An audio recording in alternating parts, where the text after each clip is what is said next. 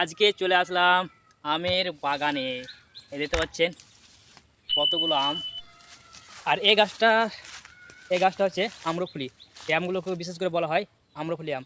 এগুলো যেমন নাম তেমন কিন্তু এগুলো আম খেতে ওরকম।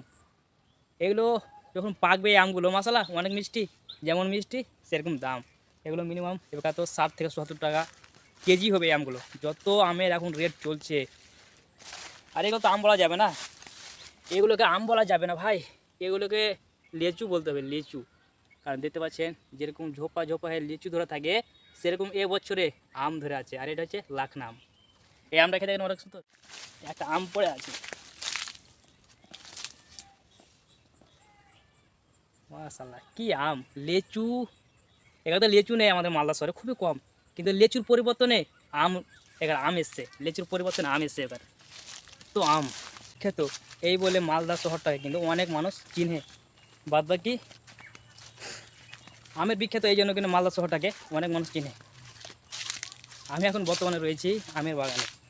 আর যতদূর পারলাম আপনাদের সামনে ভিডিও করে দেখিয়ে দিলাম। আমি এখান থেকে ভিডিওটা শেষ করছি। আসসালামু আলাইকুম ওয়া রাহমাতুল্লাহ।